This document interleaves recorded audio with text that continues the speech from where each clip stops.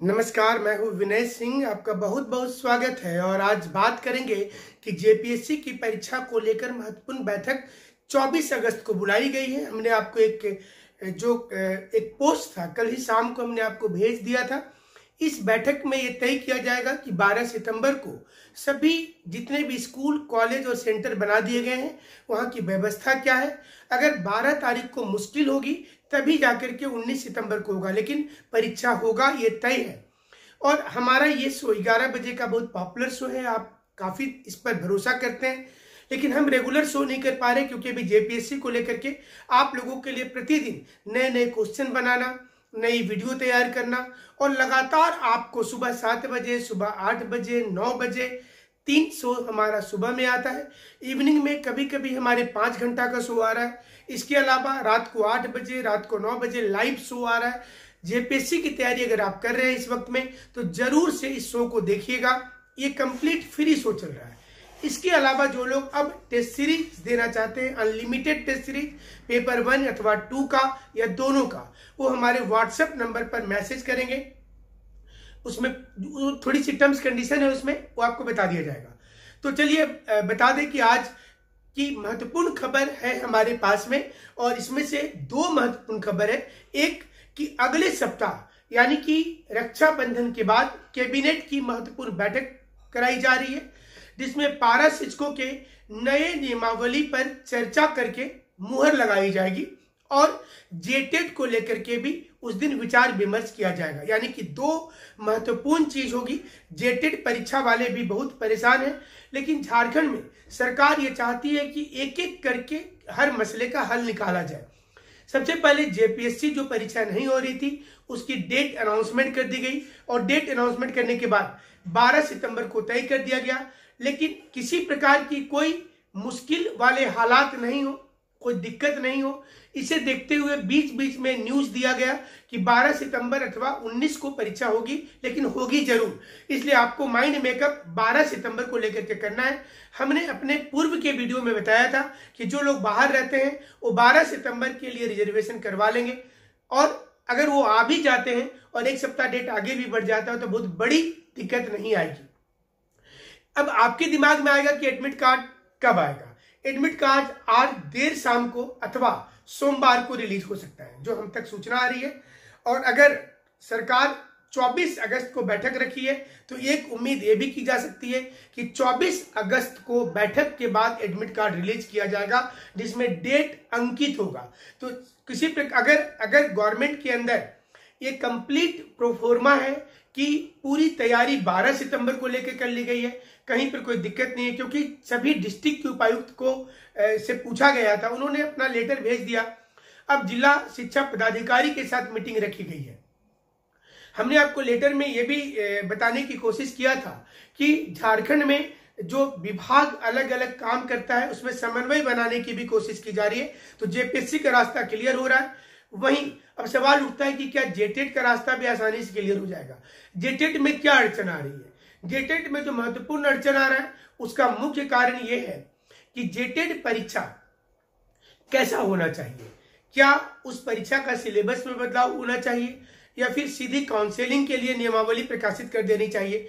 और 16 और 13 वाले जो जेटेट उत्तीर्ण विद्यार्थी हैं उनका क्या होगा, इसको लेकर गहन विचार विमर्श चल रहा है। यही कारण है कि जेटेट को लेकर हमारे पास सबसे ज्यादा सवाल इन दिनों जेटेट को लेकर आता है, लेकिन इस पर कुछ भी कह पाना मुश्किल है फिलहाल के लिए। अब सवाल ये उठता है कि पेंडिंग रिजल्ट क्यों नहीं आ रहा है, क्योंकि बहुत सारे मैसेजेस होते हैं जो पेंडिंग रिजल्ट को लेकर के पूछा जाता है। जब जेपीएससी का हमारा शो चलता है जिसमें क्वेश्चन आंसर होता है तो कुछ लोग उसमें मैसेज भी करते हैं कि पेंडिंग रिजल्ट के बारे में कुछ पता है तो बताइए, हम पढ़ाई करके क्या करेंगे। देखिए, आप पढ़ करके क्या करेंगे एक अलग मैटर हो जाता है, बट पेंडिंग रिजल्ट पर जो कॉम्प्लिकेशंस आ रहा है, पहले तो नियमावली दुनिया भर का अलग अलग बना हुआ है, उससे भी बड़ा होता है सरकार में ईगो प्रॉब्लम। मतलब कौन सरकार ने क्या किया। आप देखते होंगे जिस भी राज्य में सरकार बदल जाती है बहुत कम सरकार ऐसी होती है जो तुरंत दूसरे की बात को मानती है। अगर पुरानी सरकार कोई व्यवस्था को चालू की थी तो यहाँ पर उनको सजेशन मिलता है नई सरकार को कि ये नियुक्ति अगर होगी तो इस नियुक्ति में सारी क्रेडिट पुरानी सरकार को जाएगी। मतलब नियुक्ति हम कर रहे हैं और क्रेडिट किसी और को मिल रहा है। इस चक्कर में विद्यार्थियों का जीवन बर्बाद हो जाता है। तो अगर यहां पर सरकार थोड़ी सी बुद्धिमानी से काम ले कि नियुक्ति आप कर रहे हैं, पब्लिक तो जानेगी, स्टूडेंट तो समझेंगे कि आप ही नियुक्ति कर रहे हैं। दूसरा, कभी कभी सरकार पर बेकार मतलब का प्रेशर पड़ जाता है।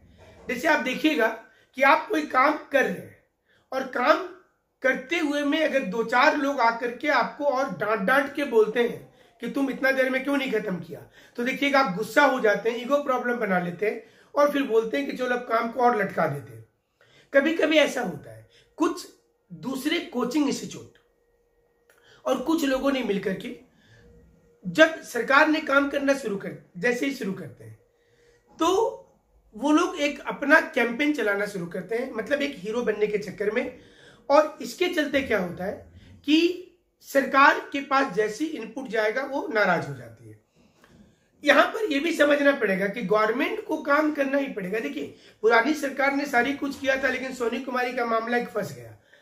नई सरकार के पास भी इनपुट है कि युवा नाराज हो रहे हैं, तो कोई छुपा हुआ चीज थोड़े है कि आप फोन करके बोलेंगे हेमंत सोरेन जी को तभी पता चलेगा। उनको तो पता है कि युवा बहुत नाराज है। जहां वो जाते होंगे उनके विधायक तो बात करते होंगे युवाओं की नाराजगी की।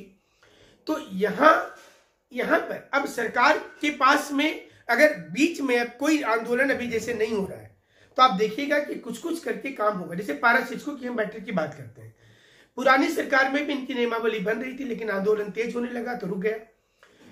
इस सरकार में भी कई बार आंदोलन की रूपरेखा हुई, लेकिन बहुत हद तक पटरी पर आया। हालांकि पारा शिक्षकों के बीच ही कई नाराजगी वाली खबर आते रहती है, जो हमने आपको बताया भी था, लेकिन आप फिर भी देखिए तो कई चीजों पर बात बन रही है।